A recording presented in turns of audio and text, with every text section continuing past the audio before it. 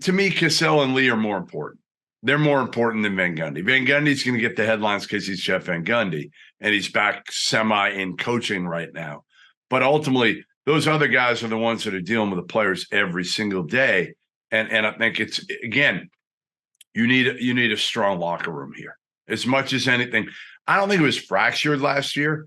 I just don't think they were as together as they probably could have been because, again, you had certain guys that weren't all in on the hire of Joe Mazzulla. The Ryan Goodman and Tanguay podcast is brought to you by FanDuel, the exclusive wagering partner of the CLNS Media Network. Okay, welcome everybody. We're going to do the same thing we did last week because these two guys are both very busy. We're doing Jeff Goodman on one Zoom and pod, and then we got Bob later in the week because, quite frankly, they're both in demand, and I can't get them in the room at the same time. Of course, we could start. Bob, but I miss Bob already. I understand. I mean, I like the energy between the two of you, but I mean, I'd rather do this than lose one of you. Of course, we could start a rumor that there's a feud going on between Goodman and Ryan. Let's see how that would go. Anyway. The only way you can get Bob, that I've gotten Bob upset, all right, in our years of doing this podcast, is when I challenge him, when he says how many college arenas he's been to, and he counts a college arena that he's been to if it's for like an NCAA tournament game or something different, instead of an actual college game. If you really want to get under his skin, tell him his actual official tally of college arenas that he's been to is flawed. It's inaccurate. It's either that or that winning time is very good and he has no taste. Oh, that'll get him upset. That'll get him going too. Anyways, the podcast is Zoom with Jeff Goodman. Bob's going to join us later in the week. It's driven by FanDuel, the official partner of the CLNS Media Network. Snap into action this NFL season with FanDuel, America's #1 sportsbook. Right now, new customers get $200 in bonus bets guaranteed when you place a $5 bet. Okay, so here we go. We're going to start with the Celtics, and this dropped yesterday at the time that we're recording this. And Jeff Van Gundy is going to be now. I've lost track. He had stopped doing ESPN, right? They fired him. They let him go. He was which was shocking. Well, he was part of the cutoffs. He was the cutoffs. Yeah, he was one of the cuts, and I'm sure he made a good amount of money. But but he was really good on TV. He was entertaining, and after he got cut, Gary, I had heard several college coaches actually ask me, like Duke had an opening. Because Emil Jefferson went to the Celtics from Duke. They had an opening, and I know Van Gundy inquired about being on Duke, John Shire's staff at Duke. He was looking for something to do, looking for a job. It's funny because I think a few years ago, there was a thought that he was going to be able to get another NBA head coaching job, and it never materialized. Right. And it's almost like maybe that window has passed him by of getting another one. I thought he was going to be able to get another one. And now it's almost like, all right, how does he reinvent himself? Well, now he's going to be a special advisor with the Celtics. So I think it's a great move by Boston. I think it's a great move for him. Yeah. I think it's a great move for the young coaching staff. I thought Sam Cassell was going to be that advisor, but there's strength in numbers, obviously. And also, and this is the way I think, if things don't work out for Joe, the current Celtic head coach, Van Gundy could step right in. Yeah, I just don't know exactly what Van Gundy's role is going to look like. My guess is it's more of a macro type role, where obviously Cassell is going to be there every day, every practice. Same thing with Charles Lee, who I think would be potentially the next head coach, to be honest. I think Charles Lee coming over from the Bucks would be the next head coach if something were to happen to Joe Mazzulla in the middle of the season and they're not playing well. But what Van Gundy can do is, again, he can be watching film from home. He can be watching the games. He can come in for, 3 or 4 days here, 3 or 4 days there, join him on a road trip, whatever. He's got time on his hands and he wants to do it. So I think that's part of the appeal right now for Jeff Van Gundy, is to be involved, to be back in it in some capacity, but not there every single day, and kind of see how that goes and give Mazzulla and this staff another set of eyes. Will it work? Yeah, I mean, why wouldn't it? Again, why wouldn't it? If you're Joe Mazzulla, you want all the help you can get from experienced guys. You now have an experienced coaching staff, again, with Cassell and Charles Lee. Last year, they were young and they weren't his guys. So now they're kind of, I don't know if they're his guys, so to speak, because I don't know if he's got any great relationship with Cassell or Charles Lee, but he brought him in. They came in knowing what the deal was, where a year ago, all those guys were signed up, obviously, for Ime. So, I think there's no reason it shouldn't work with Jeff Van Gundy. Again, I don't think he's going to be there every practice every day. So I think he'll give his thoughts, and it will be up to Mazzulla to either utilize those or say, you know what, I'm going to do my own thing. Yeah, I mean, should Mazzulla feel threatened by by Van Gundy, by Cassell, by these other guys at all? Or I guess as long as he's Tatum's guy, that's fine. Well, no, as long as he wins games, he's fine. Well, okay. You can be Tatum's guy all you want. If you're 20-20 to start the season, you're going to be gone. Let's face it. Like, you can't. And again, as much as it is, you can't be 20-20 to start the season, and then you can't get knocked out, honestly, in the first couple rounds. No, I mean, it's got to be an Eastern Conference final, neck and neck down to the wire, or at least an Eastern or a finals appearance. I mean, if they even go into the Eastern Conference final and they get blown out, that would not be adequate. Yeah, I would think he'd be done. Again, this team's loaded. I mean, this team. You know how I feel about this team. I mean, they should have a chance to win it all. Yeah, no doubt. No doubt. They should be playing in the NBA Finals, or at least in Game 7 with Milwaukee, right? Like, if you lose to Milwaukee in Game 7, I don't think anybody's going to fault Joe Mazzulla for getting that far in the Eastern Conference Finals. But you can't start out awful or mediocre in the regular season, and then you can't get knocked out early in the playoffs, or else, it's probably early exit for Joe Mazzulla and his coaching career in Boston. I loved Van Gundy as an analyst. I also loved him as a coach. I mean, it didn't work out really in Houston, if memory serves me correct. He was successful with the Knicks. What was the Knicks? Didn't he bite somebody's leg? Was that it? In a fight on the floor. Part of a fight. Yeah. What is your personal relationship with Van Gundy, and what do you think of him? I don't know him well at all. Did you work with him a little bit? No, never worked with Van Gundy. Never did games with Van Gundy. Oh, okay. But I like him. I mean, I like him. I think he's entertaining. Again, he'll say how he feels, which is what I think Joe Mazzulla needs. And I don't think he's going to be the only one. Again, I think Cassell and Charles Lee are two older guys, who have been doing this, who hopefully aren't going to be yes men, because that's not what Joe Mazzulla needs right now. No, it does not.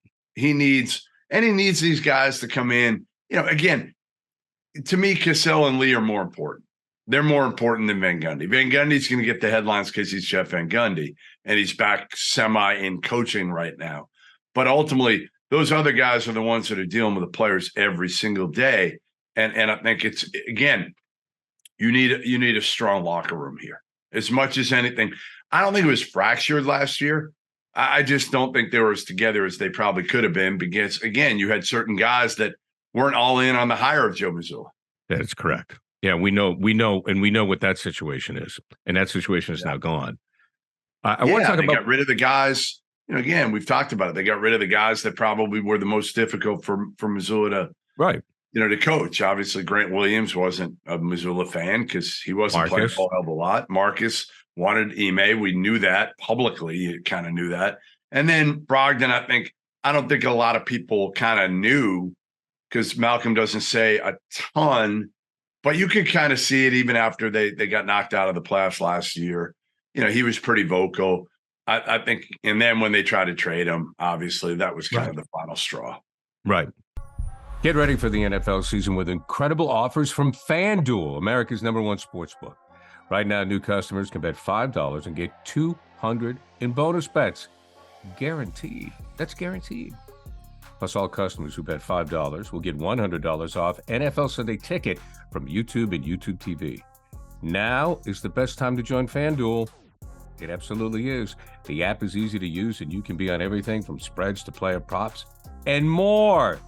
So visit FanDuel.com/Boston. Kick off the NFL season with an offer you won't want to miss. FanDuel, official partner of the NFL. But I do want to talk about Brad Stevens a little bit because I was thinking about this morning. How I reflected a little bit, Jeff, did a little meditation reflecting. Right. And I said, I remember when Brad was hired as the GM and some of the thoughts that we threw out. He moves to the front office because they owe him money. Yep. He feels he can't relate to the players on a social situation. His X's and O's were fine, but he never tried to insert himself into the players' lives, which Ime obviously did very well. And you have to do as an NBA coach, and Brad never felt comfortable with that. He moves to the front office. I'm thinking in a year or two, he's back in college. This was a money save. I'm really pleasantly surprised how impactful this guy has been because we've seen it. Yeah. It's rare that you go, right? Okay, it's rare you go from college to the NBA and be successful. And overall, you have to say he was successcul, I think. Sure.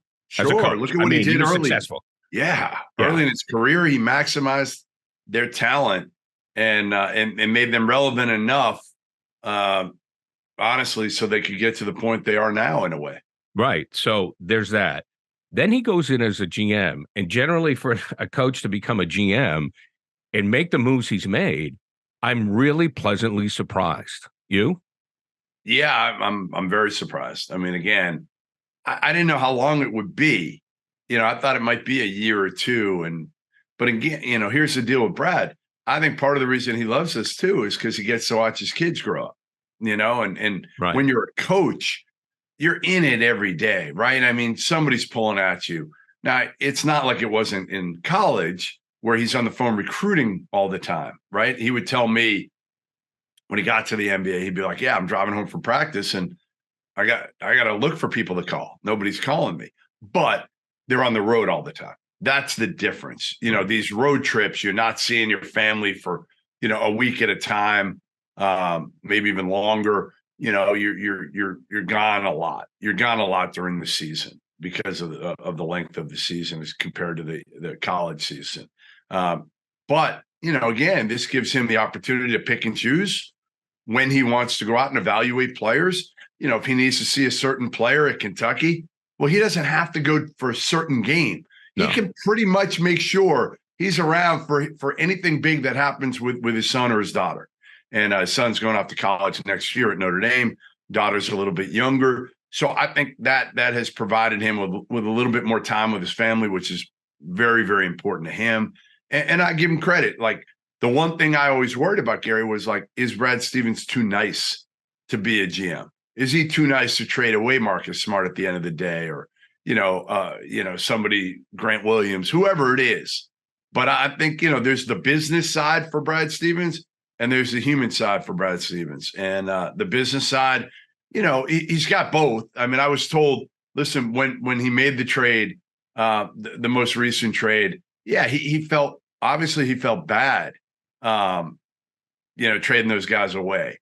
But again, not bad enough that he didn't make the deal that he thought would help the Celtics. So I think he's done a really good job. I don't know when he gets back to being a coach. I think he will at some point in his career. Yeah, when everybody's out of the house. Yeah, I think so too. I could see that. The other thing about Brad is, like, he's so about everybody else. Like, I asked him, I don't know if I told you this, but I asked him I want to do a story on him about the transition and what it's like and some of the things we're talking about now. And he responded with, "Hey, Jeff, I'm boring. You don't want to do a story." Right. And he genuinely, like, the only way I'm going to be able to do that story is talking to everybody around Brad Stevens, because he does not want to talk about himself. He never has been comfortable really talking about himself. He's fine talking about the players, all the other people in his life, but deflects the attention for good or bad. Well, he's smart, because generally front office people, they don't want to bring attention to themselves. It's about the players. It's about the players. Daryl Morey could be the exception. He is the exception to the rule. Right. The other one I was going to say was Jerry Jones of the Cowboys. We're kind of like, like, I got to be honest with you, I don't even know what Sam Presti looks like. You know what I mean? Yeah, he looks like. Here's who he looks like. You ever see the show Rent? Yeah, he looks like Mark from Rent. One of the kid with the glasses. Yes. Yeah. So, but my point is, great front office people don't want the attention. Yeah. That's generally the way it goes. It's like, it's not about me. Right. It's about the team, and it's about the players. So good job by Brad so far. I was told by a former coach and a member of the media that when he took the job as the Celtics, this person said to me, he said, Brad Stevens is tougher on players than you think. Yeah. He goes, he can separate the work from the personal relationship. He in a practice situation when the doors are closed, he will not hesitate to be a tough coach. He will not hesitate to sit people down. And we've seen it. We've seen what he's been able to do. I mean, I think it's I'm prone to hyperbole. But I mean, if they pull off a championship here, I mean, I can't think.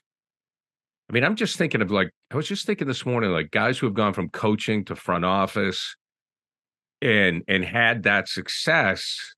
I mean, Pat Riley's had pretty good success, right?